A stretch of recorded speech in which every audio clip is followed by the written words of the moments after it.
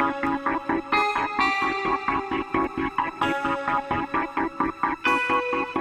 parano. Quand on voit ce qu'on voit, Quand on entend ce qu'on entend, on a bien raison de penser ce qu'on pense. Ouais, moi je suis parano. Tous parano. Nous écoute.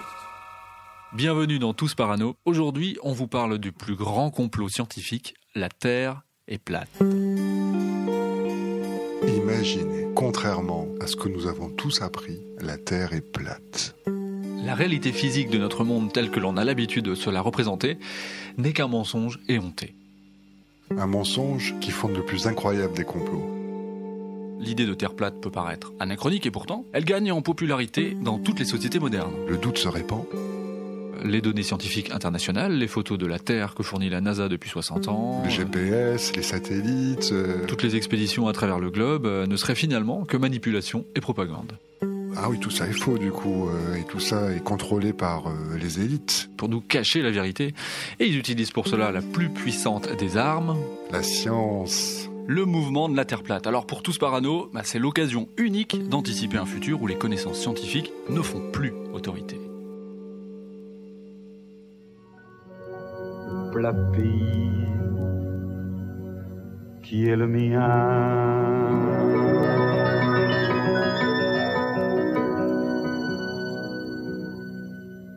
Le monde selon les baptistes, c'est un disque où se trouvent les continents et les océans réunis autour du pôle Nord. Le pôle Nord est placé au centre. Si je comprends bien, on a l'assiette avec le pôle Nord au centre, c'est-à-dire qu'il n'y a plus de pôle Sud. Le pôle Sud est absent du disque, mais il est remplacé par un immense mur de glace qui entoure l'ensemble et finalement empêche les océans de se déverser dans ce qui convient d'appeler le vide intersidéral. Tous parano. Moi je suis parano. La forme de la Terre, c'est un sujet qui a toujours été débattu dans toutes les civilisations, sur tous les continents, pour ne pas dire sous toutes les latitudes. On peut parler des Mayas, par exemple, qui voyaient la Terre comme étant plate et carrée. Les Hindous, à peu près à la même époque que les Mayas, ont imaginé un monde également, alors attention Gaël, sous la forme d'un plateau porté par 4 éléphants. Attends, je commence à dessiner. Alors, un plateau porté par 4 éléphants. Située sur le dos d'une tortue gigantesque reposant elle-même sur un serpent. Ce serpent, c'est quelque chose qu'on retrouve aussi ailleurs. On peut penser, pour les plus érudits d'entre nous, au peuple fonce. Là, on est en Afrique. Au Bénin, plus précisément. Exactement. Plus proche de nous, les premières traces de platisme se retrouvent aussi chez les Grecs. Dans les chants épiques d'Homère, qui datent du 9e siècle avant notre ère, on trouve l'idée d'un monde plat aussi, et là, entouré d'un fleuve océan. Et puis on arrive aux premières traces écrites. Parce que là, pour l'instant, on parlait que d'oralité. C'est chez les Grecs, là aussi, qu'on les retrouve. Et on les retrouve chez Thalès. Je crois que tout le monde en a entendu parler. Oui, au moins ceux qui ont des chiens, ou qui aiment les mathématiques. Le fondateur de la trigonométrie, célèbre pour son théorème. Thalès ? Eh bien, lui aussi, il décrivait la Terre en forme de disque flottant, reposant sur un océan infini. Bon, précisons quand même que le platisme ne fait pas l'unanimité à cette époque. Des historiens pensent que les prêtres égyptiens concevaient la Terre déjà comme sphérique, et cette idée, les philosophes grecs vont aussi y parvenir au 5e siècle avant notre ère, et là c'est encore un autre mathématicien, Pythagore, pour qui la Terre est ronde. Oui, donc Thalès voit la Terre plate, Pythagore, un siècle plus tard, voit la Terre ronde, et on peut parler aussi d'Ératosthène. 2 siècles plus tard, pour le coup. Alors lui, il parvient carrément à calculer avec une précision quasi parfaite la circonférence de la Terre. Circonférence, on parle d'une Terre ronde, hein. Donc voilà, c'est la fin du platisme dans l'Antiquité. Et à la fin de l'Antiquité, la majorité des élites intellectuelles est donc convaincue de la sphéricité de la Terre. Mais voilà, avec la chute de l'Empire romain, les données de l'astronomie antique vont pour partie se perdre. Il y a aussi la propagation du christianisme, l'opposition à la science profane qui se manifeste de plus en plus fréquemment. En effet, il y a un retour de cette idée de terre plate chez un religieux à la cour de l'empereur Constantin, un religieux qui s'appelle Lactance. Il avait le teint laiteux, je crois. Tout à fait, il a été allaité par sa maman jusqu'à l'âge de 10 ans. C'est vrai qu'on parle de lui un petit peu. Lactance, c'est un petit peu le fondateur de la théorie de la Terre plate chez les chrétiens. Et donc là, on est au tournant du IVe siècle. De notre ère, il soutient à nouveau que la Terre est plate. Pour lui, c'est insensé de croire qu'il existe des lieux où les choses puissent être suspendues de bas en haut. C'est pas faux, hein, à moins que vous ayez une chauve-souris dans votre grenier. En fait, il fait appel au bon sens, quoi. Oui, plus qu'à la Bible d'ailleurs, puisque finalement, on trouve peu d'éléments dans la Bible qui viendraient étayer une théorie quelconque de la Terre plate. Et ça explique peut-être pourquoi le texte sacré n'a finalement eu qu'un impact limité dans les controverses qui ont agité les savants pendant 500 ans. Oui, pendant le Moyen-Âge classique, les professeurs des universités se concentrent sur la transmission des savoirs latins et grecs, et le platisme est alors considéré comme une option vulgaire. Une petite citation d'un théologien de l'époque. « Les tenants de la Terre plate sont-elles des animaux qui préfèrent se fier à leur sens plutôt qu'à l'intelligence ?» Ouh, lui sur les réseaux sociaux... Alors, il serait bâché sur Twitter. En tout cas, ce qu'on peut retenir, c'est qu'à la fin du Moyen-Âge, la sphéricité de la Terre est donc un fait entendu, du moins pour l'élite intellectuelle. Oui, cette dernière réflexion n'enlève cependant rien au fait que l'Église catholique s'est fortement opposée à la percée des progrès scientifiques. Ouais, la conception héliocentrique a mis du temps à s'imposer dans la société et les résistances étaient nombreuses et pendant plusieurs siècles, eh bien les débats ont plutôt été polarisés sur ce sujet. Ouais, c'est ce qui explique que la question de la Terre plate soit passée au second plan. Et lorsque cette théorie ressurgit au XIXe siècle, c'est dans le milieu scientifique et non parmi les hommes d'église. Voilà une nouvelle vague. Et là, c'est l'une des stars du jour. Arrive alors celui que l'on peut considérer comme le père du platisme moderne, un certain Samuel Robotham. Tous parano. Tous parano. Tous parano. Samuel Robotham. C'est lui qui va formaliser la théorie moderne de la Terre plate. C'est le grand précurseur. Un personnage, astronome anglais, et lui il vient du socialisme utopique. C'est un homme qui est réputé pour sa vivacité d'esprit, son aptitude à débattre de tout sujet, et pour réaliser de nombreuses expériences physiques. C'est un inventeur, un scientifique, il se fie à l'expérience. Et l'expérience la plus célèbre qu'il a menée est connue sous le nom de Bedford Level Experiment. On va aller prendre l'air une petite minute. Alors nous sommes en 1838 et Robotham décide d'effectuer une série de mesures. Pas n'importe où, il va effectuer cette série de mesures sur le canal de Bedford. Alors c'est un canal qui est connu pour être parfaitement plat et droit. Tronçon d'eau vraiment idéal selon Robotham pour déterminer s'il existe ou non une courbure de la Terre. Alors là c'est intéressant parce qu'avec Robotham, c'est aussi la première fois qu'il y a une démarche, une vraie démonstration qui va être mise en œuvre pour prouver que la Terre est plate. Alors, Robotham, il utilise un télescope pour observer un bateau qui va s'éloigner sur le canal. Donc en fait, si la Terre est ronde, et avec la courbure de la Terre, au bout de quelques kilomètres, eh bien, le bateau qu'il suit dans son télescope devrait passer en dessous de sa ligne de visée.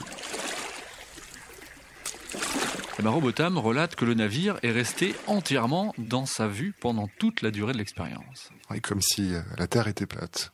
D'après lui, à 9,7 km de distance, si la surface de l'eau est bien courbée, selon la circonférence admise de la Terre, le sommet du mât aurait dû se trouver à 3,4 mètres en dessous de sa ligne de visée. C'est pour lui la preuve irréfutable que la Terre est plate. Et preuve scientifique. Il décide de partager son observation en publiant un petit pamphlet de 16 pages. Alors là, nous sommes en 1849. Il a 33 ans. Inutile de dire que le texte suscite la controverse. Oui, déjà, il s'intitule « La Terre n'est pas un globe ». Donc il met les pieds dans le plat dès le titre. Certains jugent la démarche intéressante, d'autres, évidemment, en contestent le bien fondé. Mais Robotham, il acquiert néanmoins une certaine notoriété grâce à de nombreux débats publics qu'il mène avec des scientifiques. Il n'a pas peur d'aller les confronter.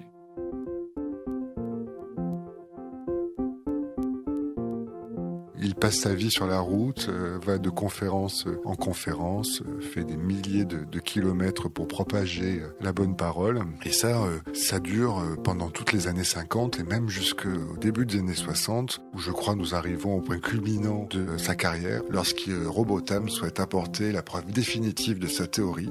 Il lance alors le défi à quiconque se déclarant scientifique de réaliser une expérience avec lui devant témoins. Et il publie son annonce même dans un magazine scientifique.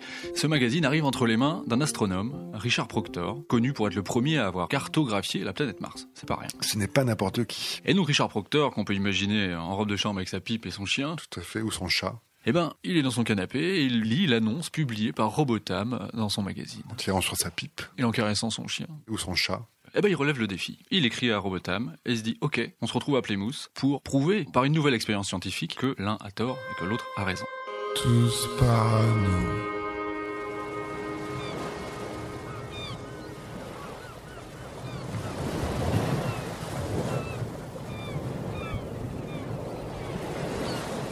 Oui, donc il gagne une plage, comme tu le disais, à Plymouth, en Angleterre. Le public est présent, c'est ce que souhaitait Robotham. Il y a du monde sur cette plage qui est venu faire la claque aussi pour Robotham. Voilà, et Proctor est accueilli sous les sifflets, sous cette plage. Bonne ambiance dans l'expérience scientifique. Ambiance un peu foot. L'objet de l'expérience, là, consiste à voir s'il est possible de voir depuis la plage le phare d'Eddystone, qui est un phare qui est haut de 18 mètres et qui est situé à 22 km précisément au large. Robotham y prétend que si l'on peut observer le phare dans la lunette du télescope, le phare en entier, bien entendu, ça prouve que la Terre est bien plate. Comme tu le disais tout à l'heure, il y a un effet lié à la courbure de la Terre et donc le phare devrait passer en dessous de la ligne de visée. De la même manière que le bateau tout à l'heure, c'est la même logique. Eh bien, les deux hommes pointent donc leur télescope en direction du phare. Ouais, qu'est-ce qui se passe alors ? Eh bien, le phare n'est pas entièrement visible, mais Robotham, ça le dérange pas, lui, il s'empresse de clamer sa victoire. Et là, les supporters quittent la plage avec la certitude que l'une des plus importantes conclusions de l'astronomie moderne venait d'être réfutée. La Terre n'est pas ronde. Oui, Robotham est définitivement persuadé que sa théorie est la bonne. Proctor, lui, va boire un coup dans le pub d'en face, en géniant que la Terre n'est pas ronde. Et Robotham, lui, par contre, alors là, est lancé. Il va étoffer sa théorie année après année jusqu'à sa mort. Son pamphlet au départ de 16 pages finira sous la forme d'un livre de plus de 500 pages. Il est persuadé du bien fondé de sa théorie, que la science va le reconnaître parmi l'un des plus grands contributeurs. Et puis il va fonder une nouvelle discipline scientifique qu'il appelle l'astronomie zététique. Pour lui, la Terre, c'est la même chose que les platistes d'aujourd'hui, c'est une surface plane bordée par un mur de glace et dont le centre est le pôle Nord. C'est pour ça qu'on vous parle de lui, c'est fondateur à ce niveau-là. Il dit aussi que le Soleil, la Lune, les planètes et les étoiles tournent autour de la Terre à une distance approximative de 4800 km. En tout cas, les bases du platisme d'aujourd'hui sont posées. Ça me rend parano. Je suis parano. Je suis parano. Tous parano. Robotham a quelques disciples autour de lui, et l'un d'entre eux entend poursuivre son travail. Je crois que c'est le deuxième personnage le plus important dans l'histoire de la théorie platiste moderne, William Carpenter. Oui, on reste en Angleterre avec lui. C'est un imprimeur natif de Greenwich, dans le Kent. Bon, drôle de personnage également, magnétiseur, adepte du spiritisme, il est végétarien, et il écrit des brochures sur chacune de ces questions. Il développe finalement, oui, des idées qui sont assez avant-gardistes pour l'époque, certaines sont totalement fantaisistes. Un petit exemple. Par exemple, il soutient des thèses comme la consommation de viande, qui est responsable en fait de la plupart des maux dont l'humanité est l'héritière, ce qui est finalement à la fois avant-gardiste et à la fois fantaisiste. Sur les réseaux sociaux, il aurait aussi des amis, des ennemis. Il a fait un peu plus que publier ces petites brochures, puisqu'en 1864, il publie en 8 parties, et sous le nom d'auteur Common Sense, le bon sens, on revient à cette idée, l'astronomie spéculative étudiée et démasquée, la preuve que la Terre n'est pas une sphère. Alors là, vous l'aurez compris, nous sommes en Angleterre, aussi bien avec Carpenter qui suit le travail de Robotham. Mais il va se passer quelque chose, c'est que Carpenter, 20 ans plus tard, il va émigrer aux États-Unis, à Baltimore exactement. Et là, il y publie sans preuve que la Terre n'est pas une sphère. Et ça devient un best-seller. C'est le début de la diffusion de la théorie de la Terre plate outre-Atlantique. Alors là, parmi ses arguments, l'observation des rivières, dit-il, qui coulent sur des centaines de kilomètres vers le niveau de la mer sans tomber de plus de quelques centimètres. Il cite le Nil. Oui, qui sur une distance de 1609 km ne tombe que de 30 cm sur ce tronçon. Donc ceci était compatible avec l'idée que la Terre est une sphère. Et alors, au même moment, en Angleterre, d'où vient notre ami Carpenter, eh bien, il y a la mort de Robotham en 1884. Mais ça ne freine pas l'expansion de la croyance à la platitude terrestre là-bas non plus. Tous parano. On On peut parler de la veuve d'un célèbre explorateur anglais qui s'appelait Lady Elizabeth Blount, qui est une amie de longue date de Robotham, très amie apparemment lorsque son mari était parti en expédition longue durée notamment. T'as des infos, Lady Elizabeth Blount, la cuisse légère. Faut quand même le dire, Lady donc Elizabeth Blount qui crée la Universal Zetetic Society. L'héritage de Robotham est ainsi assuré. Et alors, ce qui est intéressant, c'est que Lady Elizabeth Blount a un côté religieux, elle parle de saintes écritures, et justement, tout en restant dans ce giron religieux, on peut parler de la Christian Catholic Apostolic Church, un regroupement d'églises chrétiennes évangéliques qui va continuer de populariser les idées de Robotham en Angleterre, Carpenter aux États-Unis. Cette organisation en comptait 20 000 membres dans ses rangs au début du XXe siècle. Oui, dans plein de pays, aux États-Unis, en Europe, en Asie, en Afrique, en Australie. Donc il y a de nombreuses missions à l'étranger. Et une station de radio et une publication de revues qui permettent la diffusion intercontinentale de l'idée de la Terre plate. Mais néanmoins, cette première vague de propagation du platisme perd peu à peu en intensité au début du XXe siècle. On peut parler d'un certain déclin progressif du platisme après la Première Guerre mondiale, mais en 1956, l'idée renaît sous une nouvelle forme avec la Flat Earth Society.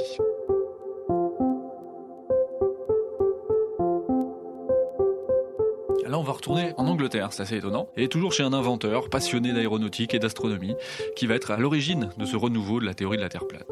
Il s'appelle Samuel Shenton.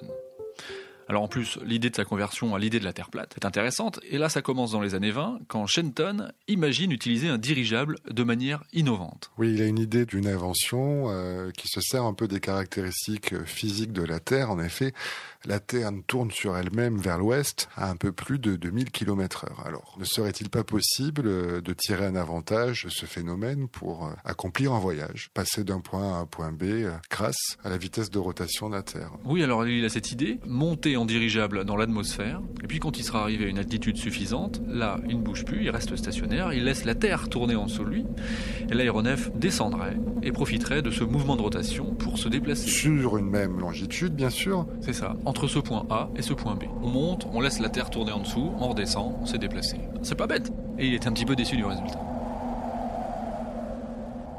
Alors Shenton ne comprend pas, sûrement buvant des coups dans les bars. Et à la fin de la soirée, il rumine et il se dit « Mais comment ça se fait que personne n'a jamais pensé à cette idée ?» Enfin, bon sang. Il y a de quoi révolutionner le monde de l'aéronautique. En fait, le déclic va intervenir en découvrant les travaux de la Universal Zetetic Society de Lady Blount, dont on a parlé tout à l'heure. Et c'est là qu'il se rend compte qu'un membre de l'Universal Zetetic Society avait imaginé la conception d'un avion selon un concept un peu similaire aussi.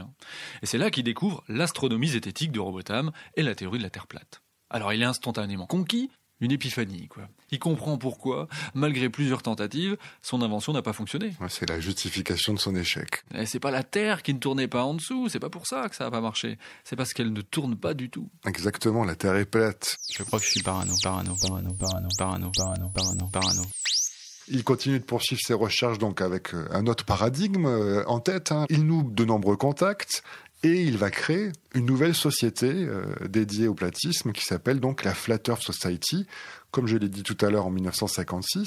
Et c'est intéressant parce que Shenton a un véritable intérêt pour la science et les technologies alternatives. Et finalement, par rapport à la première société platiste, les arguments religieux là vont passer quand même au second plan. Par contre, la théorie globalement est à peu près la même. En tout cas, la représentation de la Terre plate et du monde qui l'entoure est sensiblement la même. On a toujours donc un disque plat centré sur le pôle Nord. Le pôle Sud est toujours un mur de glace impénétrable qui marque finalement le bord de la Terre. Alors Shenton est dynamique, motivé, il gagne une certaine notoriété dans les années 60 parce qu'il donne inlassablement de nombreuses conférences sur le sujet auprès de groupes politiques, d'étudiants. Il est aussi invité dans les médias pour faire connaître son point de vue. Et là, il remet en cause les avancées dans le domaine spatial, parce que c'est l'époque. Parlons de ça. Les premières photos de la Terre prises par Explorer 6, 1959, les premières photos de la Terre vues de l'espace. Lorsque les images satellites montre la Terre comme une sphère. Shenton, il n'y croit pas. Il attribue la courbure à l'utilisation d'un objectif grand angle. Et dans les médias, il dit c'est une tromperie du public. Oui, mais comme tu l'as dit, la propagation de la théorie de la Terre plate va être défiée par le développement de la photographie spatiale. Et en tête des succès médiatiques, on a bien sûr le programme spatial américain Lunar Orbiter. Ces 5 sondes spatiales qui sont lancées par la NASA entre 1966 et 1967 et qui ont effectué une cartographie du sol de la Lune. Il y a de nombreuses photographies selon les angles qui nous permettent de distinguer clairement la Terre, avec une forme sphérique, la Terre vue de la Lune. Lors de leur diffusion, il faut bien se dire que ces images exercent une véritable fascination sur le public. En tout cas, elles marquent tout le monde et dans ce contexte, le nombre des membres de la Flat Earth Society diminue fortement. On peut dire que le nombre de personnes qui croient en la Terre plate atteint son plus bas niveau historique. Oui, les militants eux-mêmes, certains ont arrêté d'y croire, et puis les nouvelles générations, donc conquises par le progrès technologique, ils sont moins sensibles à cette idée de la Terre plate. It's one small step for man, one giant leap for mankind. On marche sur la Lune. Quoique, on le verra dans un prochain épisode. On va nous rendre tous parano. Et voilà, nous sommes en 69, vous l'aurez compris, Neil Armstrong vient de marcher sur la Lune, et le nombre d'adeptes de la Flat Earth Society est tombé à 100. Alors on pourrait croire le coup fatal, et pourtant... c'est justement un observateur privilégié de la conquête spatiale qui va relancer l'organisation. Et là, on va faire la connaissance de Charles K. Johnson. Nous sommes en Californie. C'est vraiment un monde de parano. Tous parano. Johnson possède un ranch où il vit reclus avec sa femme à proximité de la petite ville de Lancaster, en Californie, comme tu l'as dit. Une petite ville qui a la particularité d'abriter l'usine Rockwell International, l'usine où la navette spatiale a été construite et qui se trouve, parce que ça va encore plus loin, juste à côté de la base aérienne d'Edwards, qui est quand même le lieu où la navette a été testée. Oui, donc on peut imaginer qu'ils évoluent dans un milieu où on connaît quelqu'un qui travaille à l'usine, qui fabrique la navette. Première loge, on peut pas faire mieux. On peut véritablement dire, pour réutiliser ta formule tout à fait pertinente, que c'est un observateur privilégié de la conquête spatiale. Je te remercie. Charles Johnson. Et en 1971, lorsque Samuel Shenton décède, donc le fondateur de la Flat Earth Society, Charles Johnson devient président à sa place. En tout cas, il va la diriger depuis son ranch californien. Il se met sur son palier, sur son rocking chair, en écoutant un petit peu de country, fumant sa cigarette américaine, et il voit des choses dans le ciel, il entend des bruits, et c'est parti. Il va dédier sa vie à la Flat Earth Society.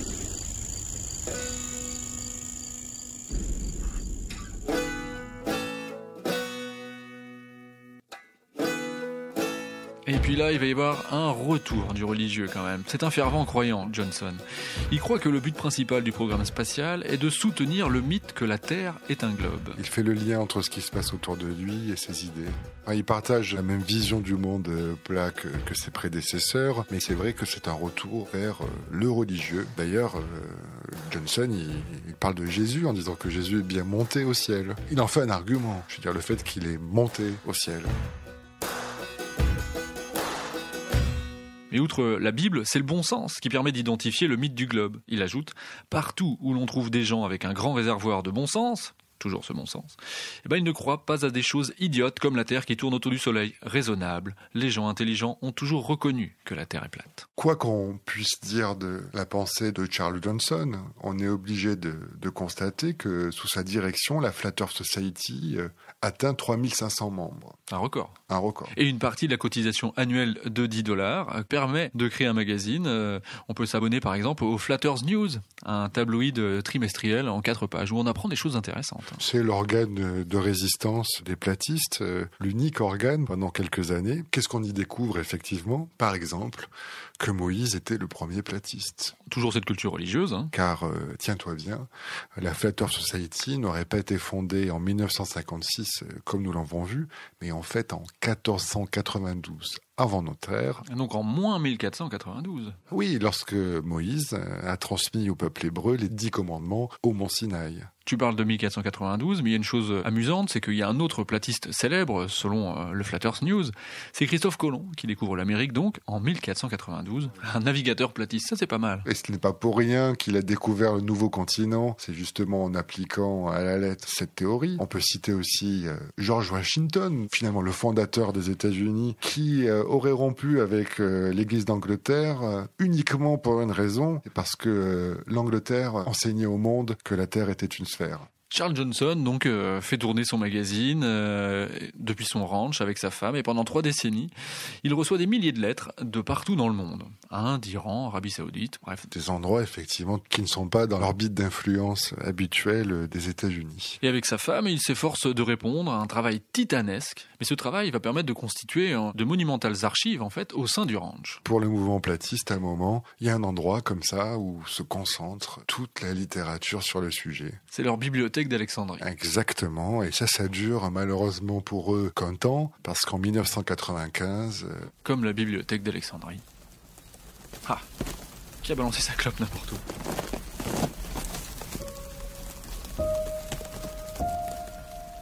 Là, c'est un incendie qui s'est déclaré dans le ranch. Le feu emporte toute la documentation de la Flatters Society. C'est un drame pour Johnson. Oui, puisqu'il n'utilise pas d'ordinateur et donc il a perdu le listing qui était sous forme de papier de tous les membres de la Flatters Society. Et c'est son premier réflexe, essayer de reconstituer la liste des adhérents. En tout cas, il n'y parvient pas vraiment et quand en 2001... Il décède, eh bien, les membres de la Flatters Society ne sont plus qu'une poignée. Et on pourrait croire effectivement l'histoire terminée, mais 2001, nous arrivons au XXIe siècle. Un nouvel outil va se révéler l'ère du numérique, idéal pour redonner vie encore une nouvelle fois à cette théorie de la Terre plate. Tous parano. Tous parano. Tous parano.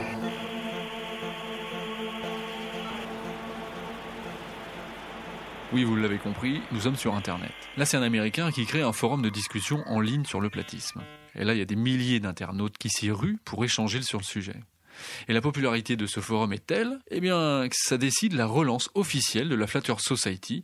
Nous sommes en octobre 2009. Oui, leur site web devient la vitrine de la théorie platiste. Alors là, on peut y trouver toutes les ressources, de nombreux ouvrages, et y compris même les éléments de discours qui permettraient à tout militant de propager la théorie de la Terre plate. Donc aujourd'hui, la Flatters Society se veut être le noyau qui organise et du moins publie et qui permet de diffuser cette idée. La résistance. La Flatters Society compte un peu plus de 500 membres, donc actifs, dans le monde entier, et ils se réunissent d'ailleurs tous les ans dans un congrès. Les technologies de communication et les médias sociaux permettent à des milliers d'individus de diffuser la théorie de la Terre plate. Et ces 500 membres actifs, finalement, ne représentent que le sommet de l'iceberg, puisque, on a plusieurs chiffres, Gaël. Les platistes, eux, prétendent être plus de 200 millions de personnes à travers le monde, mais ça, c'est difficilement vérifiable. Déjà, qui parle On parle effectivement de gens qui seraient sensibles à cette théorie, qui ne la rejetteraient pas totalement. C'est un chiffre qui est difficile à analyser. En tout cas, ça c'est 200 millions, mais il y a des études universitaires qui évoquent 12 millions d'adeptes sympathisants, mais ça uniquement aux États-Unis. Oui, ça c'était un peu plus sérieux pour le coup. Ce sont des chiffres universitaires. Mais on parle que des États-Unis, donc 12 millions aux États-Unis, 200 millions dans le monde, c'est peut-être pas impossible. Oui, et puis il y a quelques people ou célébrités aussi qui ont adhéré publiquement à la théorie de la Terre plate. Il y a des stars du basket américain comme Shaquille O'Neal ou Kyrie Irving, pour ceux qui connaissent, qui ont relayé l'idée de la Terre plate sur les réseaux sociaux. Il y a un rappeur également extrêmement célèbre qui s'appelle B.O.B. C'est lui l'auteur de l'hymne rap complotiste platiste. Je te propose quand même d'en écouter un petit extrait. Yeah, you ain't seen my best.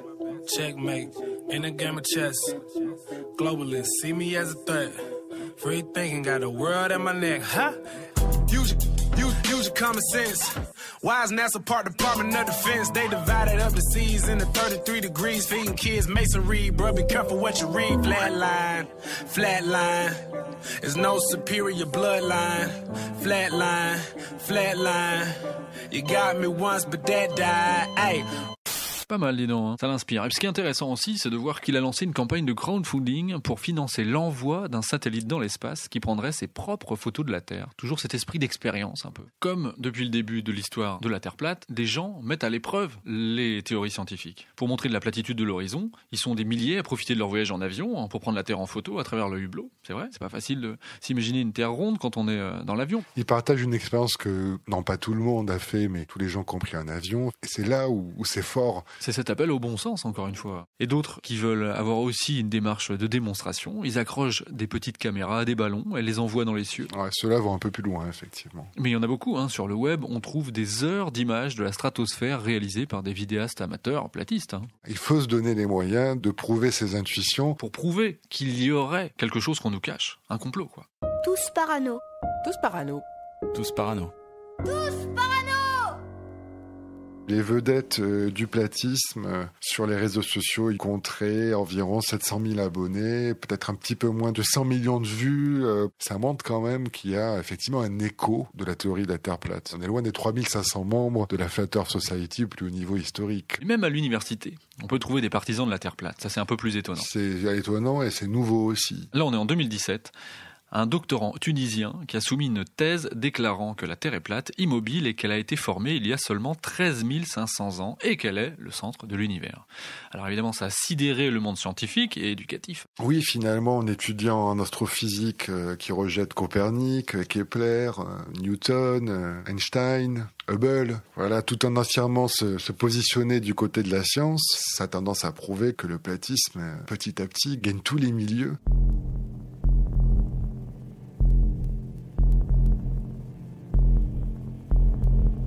Bon alors pourquoi nous cacher la réelle organisation des continents? C'est la question que l'on peut se poser. Les platistes à travers le monde ont quelquefois des différences de point de vue, mais tous, en tout cas, s'accordent sur l'existence d'un complot. L'un des plus grands, si ce n'est le plus grand de l'histoire.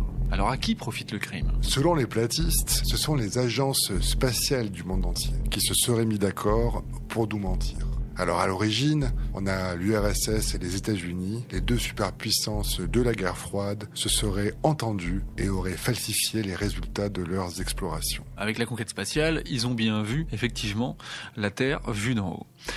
Et depuis la fin de la guerre froide, s'il a bien fallu continuer à mentir, la cupidité a pris le pas sur les motivations politiques, avec en toile de fond le détournement de formidables quantités d'argent alloué au secteur spatial. C'est le moins que l'on puisse dire, puisque rien que du côté de la NASA, ce serait plus de 1000 milliards de dollars qui auraient été subtilisés au nom de la recherche spatiale. Finalement, chaque pays, par l'intermédiaire de ces agences, a organisé une sorte de fuite de capitaux, car le bénéfice est énorme. Et puis il y a aussi les fabricants de GPS qui se seraient impliqués dans le complot, puisque ça marche avec des satellites. Les supposés satellites, qui ne peuvent du coup techniquement pas rester en orbite, la Terre étant plate, seraient en fait de vulgaires tours qui transmettraient depuis le sol de fausses coordonnées. L'industrie aéronautique, dans le même temps, serait également au cœur de la conspiration. Tous ceux qui montent dans les airs.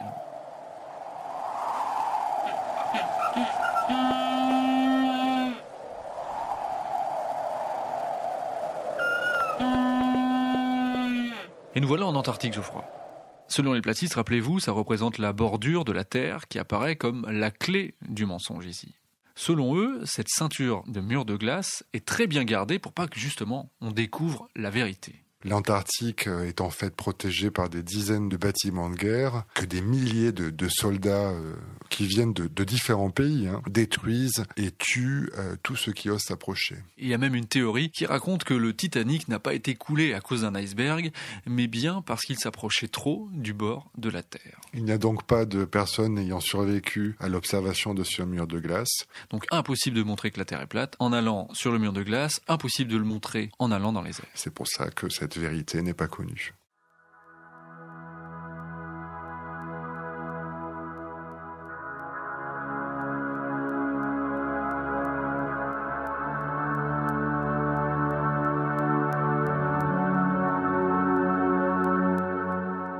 Alors nous l'avons vu, l'idée d'une Terre plate est une idée très ancienne, une idée qui a été réactivée plusieurs fois au cours de l'histoire et qui revient aujourd'hui en force.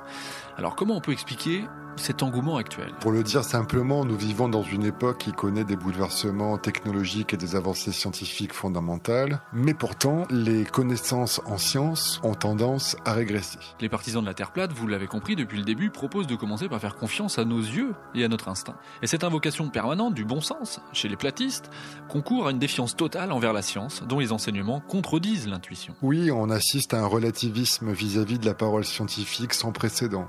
La parole du scientifique perd en autorité comparée à d'autres formes d'expertise issues de la société civile, et ce d'autant plus que des études scientifiques orientées, financées par des lobbies, des intérêts privés, sont devenues aujourd'hui monnaie courante. Ces études ébranlent la confiance envers la communauté scientifique. D'une certaine manière, le mouvement platiste, c'est un antidote à nos craintes. La Terre plate, c'est la reconstruction d'un univers simplifié que l'on peut parfaitement maîtriser. Et en adhérant à cette théorie, les platistes font partie d'un club de privilégiés qui ont accès à la vérité. D'autant plus qu'on peut toujours envoyer, comme on l'a fait ici, à l'ancienneté de la croyance en une Terre plate. Cette ancienneté, ça confère à la théorie une valeur inestimable finalement, une valeur héritée d'une sagesse disparue. Voilà, l'un des plus vieux mystères réapparaît, dévoilé. La Terre plate, la résurrection d'une théorie parfaitement soluble dans la nouvelle ère de l'hyperconnectivité. De quoi nous rendre tous parano. Allez, on se retrouve très vite avec un prochain épisode. Ça, c'est manipulation et manipulation. De toute façon, on saura jamais. Tous parano.